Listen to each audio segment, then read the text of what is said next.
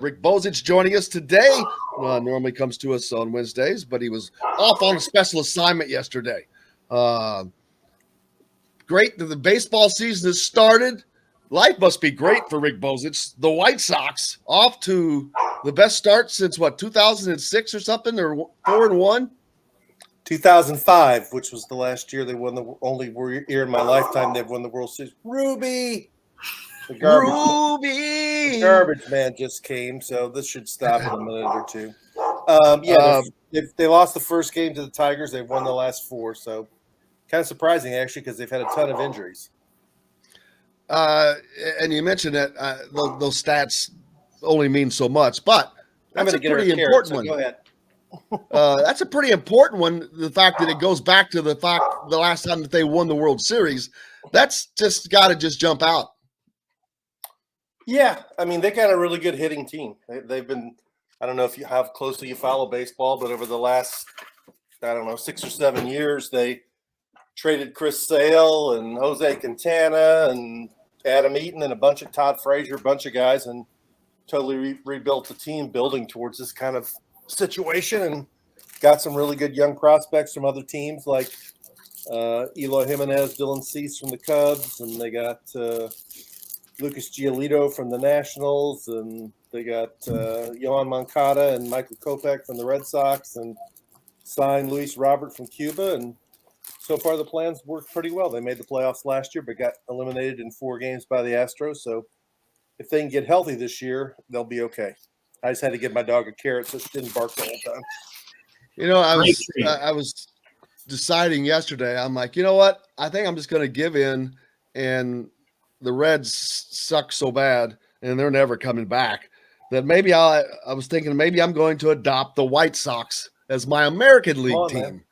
That way I'm not cheating on the Reds. It's a different league, and because they're never going to meet unless it's in the crossover game.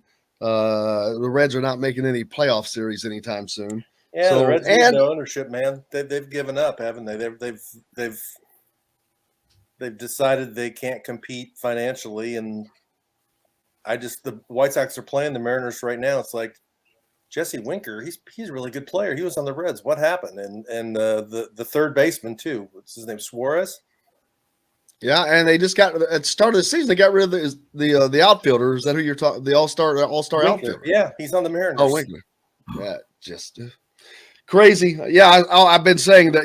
Normally the Reds wait till the middle of the season to crush their fans' hopes by getting rid of all their best players. But this year they said, "Oh, hell with it. Let's just start the season off that way."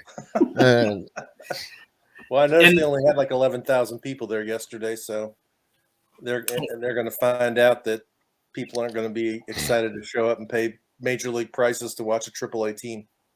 And Rick, I wanted to get your thoughts because the big news yesterday was Dave Roberts' decision to pull Clayton Kershaw, 7 perfect innings. To me, from a fan perspective, I certainly understand the injury situation and the reason behind the decision, but at the same time, we're not talking about after the 5th inning or the 6th inning. I mean, he had to figure out how to get 6 outs, and he was on 70 pitches or 80 pitches. I can't remember the pitch count. It was it was just an interesting decision. But you being a big baseball guy, I'm interested to get your thoughts on that. Yeah, I mean, I didn't have a problem with it just because of Kershaw did have an injury-filled season last year. B, he's older, has thrown a lot of innings. C, we had a shortened spring training this year. Instead of the normal 6 weeks, it was only about 4.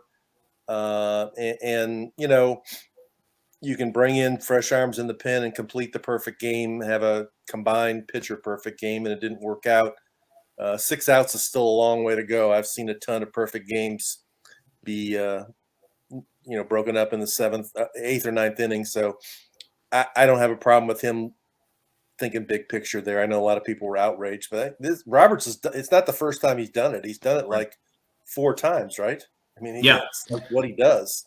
I don't like. I mean, what I don't like, and this sounds like a contradiction, but it isn't. I don't like the whole mentality of baseball where pitchers are so babied anymore, and the reason that's the way it is. That's why I'm accepting of it. But the trend needs to be reversed, especially for a guy like me who remembers in the 60s when starters went on 3 days rest. They threw routinely 275 to 300 innings. They threw complete games. Guys back then, it'd be nothing for be a league leader to throw like 20-some complete games. There probably weren't barely 20 complete games in all of baseball last year. So they baby all these pitchers all the time, and they have just as many, if not more, injuries now than they did then. And I don't know why that is. Fernando Valenzuela. That's the guy that always comes to my mind.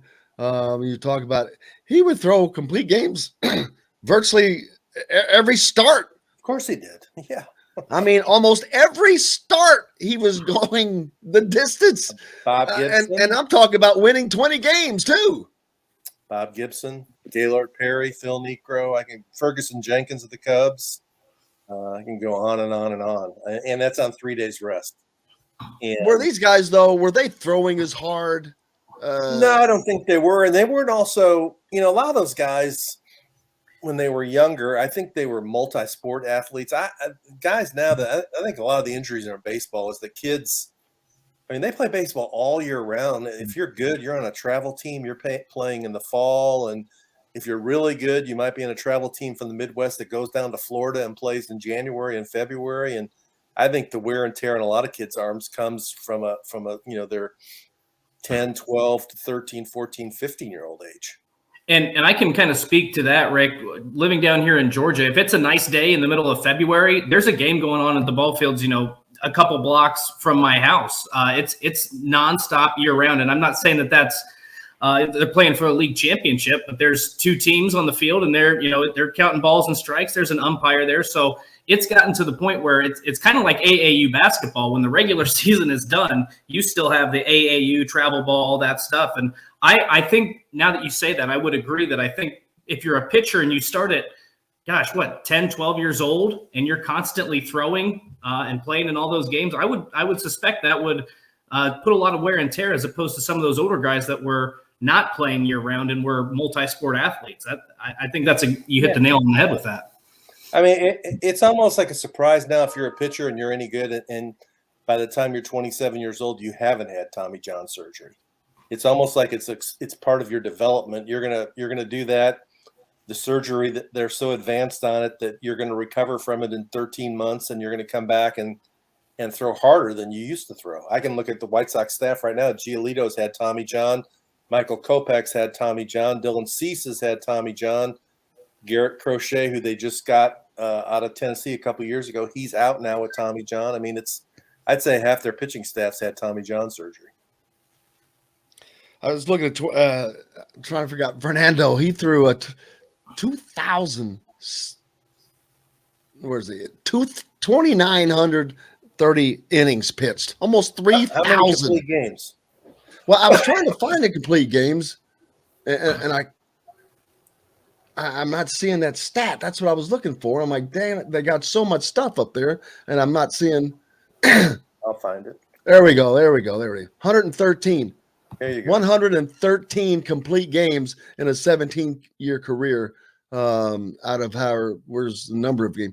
453 games, 113 complete. That's 5%. There you go. That's nuts. Well, Tom Seaver. They were Warriors, baby. Tom Seaver he pitched in 656 games. He threw 231 complete games. So over a third of his starts were even more. Games. Wow. Crazy. Tom, terrific. Let's see. Gilbert Gottfried. Yeah, poor man. Indiana still waiting in the waiting game right now. With Dexter Dennis coming for a visit from Wichita State. He is a defensive specialist, so that doesn't answer the offensive needs. He's the guy that can hit shots, it seems like, but is not the guy that you're counting on to hit the three-point shot. Is a career, I think, 34% shooter, but a very good lockdown defender. Hasn't his shot three-point shooting percentage gone down every year? Yeah, he's more. It looks like he's become more of a lockdown defender. And Indiana, I said in the last segment, maybe that takes pressure off of Xavier Johnson. He's getting in foul trouble with a lot. And if you've got this guy that you can put him on their best player, which is what he said in an interview on the Hoosier.com, and which is, I'm sure there's the discussion with Coach Woodson and all the staff. But so they still have to answer the offensive question because that's not, of course, that's assuming that Trace Jackson Davis stays. I think he stays. I just don't see a path, a viable path. He's the mock drafts that I see average have him down in the 40s and the 50s. He said he wants to go in the 30s. I just don't see that happening. There's too many names in front of him that are just better skilled, I think.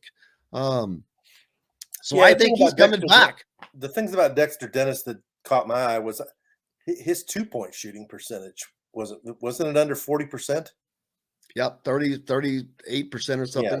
I mean, that seemed alarming to me. It didn't seem like I don't know what his free throw percentage is, but he seemed like more of a guy who would be, a 10 to 15 minute a game guy, a defensive guy. I don't know about him being a starter. I know he's going to be a fifth-year guy, but he's you're right. Considering the offensive struggles Indiana's had for the last 3 or 4 years, he doesn't seem to be the guy they need to fix the problem. They need a guy who's a more reliable offensive player.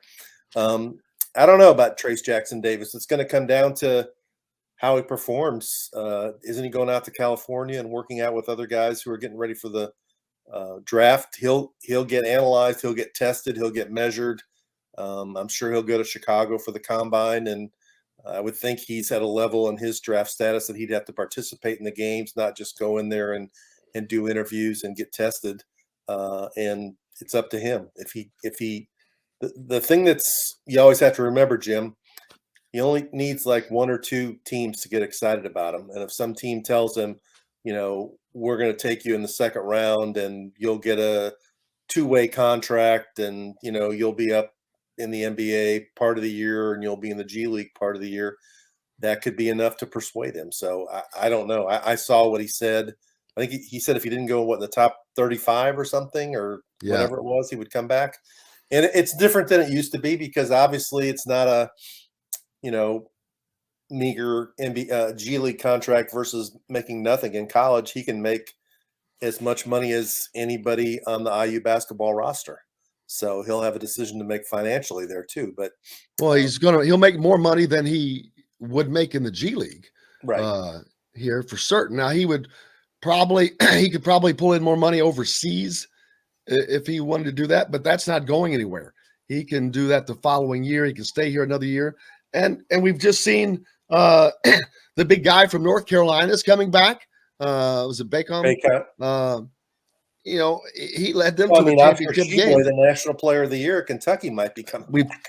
We've talked about him a couple times this week, and it's like, dude, and these are guys now. Does that affect him in saying, well, if these guys are not going, why should I? Or is he thinking, well, maybe that's opening up some room for me? Of course, it depends on who these players are that don't go in front of him. But I just don't see it.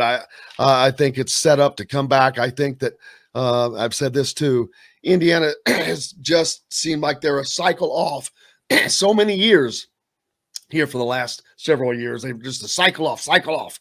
Well, this may help get them back on cycle, so to speak. But there's questions again. The kid from West Virginia. I thought that guy looked like someone that would be perfect to McNeil? Yeah, Sean McNeil plug into playing for what Indiana's needs are. Where's he going? Is he picked somewhere? Indiana's in his top 6. Louisville's in his top 6, which tells me that he's not going to Louisville. I don't see anyone going to Louisville right now. There's just a lot of people jumping off of that ship, it seems, and a few more than I thought with Kenny Payne coming in there. But I don't expect that kid to go to Louisville. I haven't heard much yet. And then with Dennis coming in, I'm like, I don't know what the strength is. They're trying to get Reno. I'm like, man, there's just a lot of moving pieces right now still.